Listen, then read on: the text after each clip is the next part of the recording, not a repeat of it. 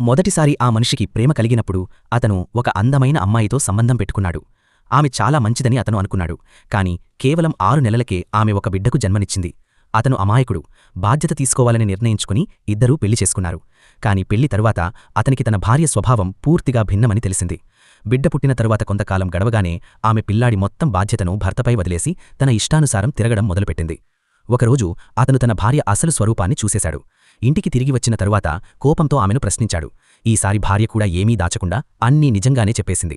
అంతేకాదు, అతన్ని ఎగతాళి చేస్తూ అతను ఎంత మూర్ఖుడో చెప్పింది. అది విన్న అతనికి తన గౌరవం పూర్తిగా నేలమట్టమైందనే భావన కలిగింది. కోపంతో అతను భార్యను బలంగా తోసేశాడు. బహుశా తను చేసిన పనికి శిక్ష అతనికి అప్పుడే మొదలైంది. ఆమె నేలపై పడిపోవడంతో తల వెనుక భాగానికి బలమైన గాయమైంది.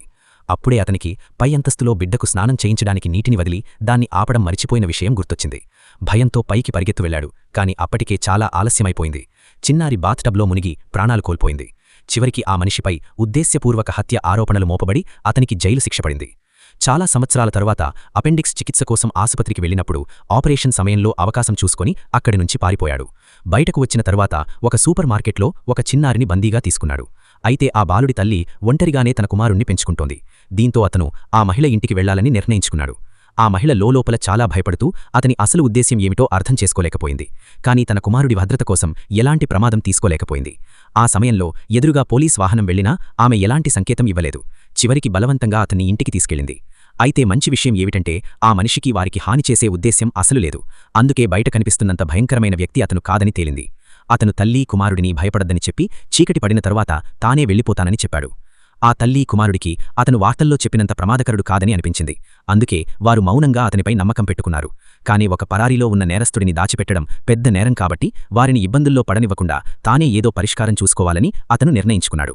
ఆ మహిళ సమ్మతి తీసుకున్న తర్వాత నిజంగానే ఆమెను కట్టేశాడు. అయితే ఆమెకు ఏమాత్రం గాయం కాకుండా చాలా జాగ్రత్తగా వ్యవహరించాడు. అతని ఈ జాగ్రత్తను గమనించిన ఆ మహిళకు అతనిపై మరింత నమ్మకం పెరిగింది. ఆ తరువాత తల్లి కుమారుడి ఎదుటే అతను వంట చేయడం ప్రారంభించాడు. భోజనం సిద్ధమైన తరువాత ముందుగా చిన్నారికి తినిపించాడు.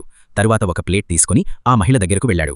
ఆమెకు ఇబ్బంది కలగకుండా ఆహారాన్ని చల్లబరిచి ఎంతో ప్రేమగా ఆమె నోటికి అందించాడు. ఆమె కూడా తిరస్కరించలేదు. ఇది చూసి ఆ చిన్నారి ఆశ్చర్యపోయాడు. ఇంతకాలం అతని మనసులో ఒక బాధగా ఉన్న విషయం ఇప్పుడు తన తల్లి ముఖంలో ఆ మనిషి పట్ల ఎలాంటి ద్వేషం కనిపించకపోవడం. అర్ధరాత్రి అయ్యే వరకు వారలాగే గడిపారు. చివరికి ఆ మనిషి ఆ మహిళ చేతుల కట్టును విప్పేశాడు. బయట పోలీసుల గస్తీ ఎక్కువగా ఉండటంతో వెంటనే అక్కడి నుంచి వెళ్లలేక మరికొంత సమయం వేచి ఉండాల్సి వచ్చింది.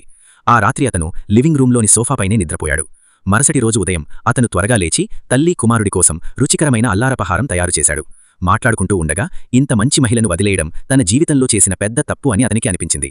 అప్పుడే ఆ మహిళ కూడా అక్కడికి వచ్చి తన చేతిలో ఒక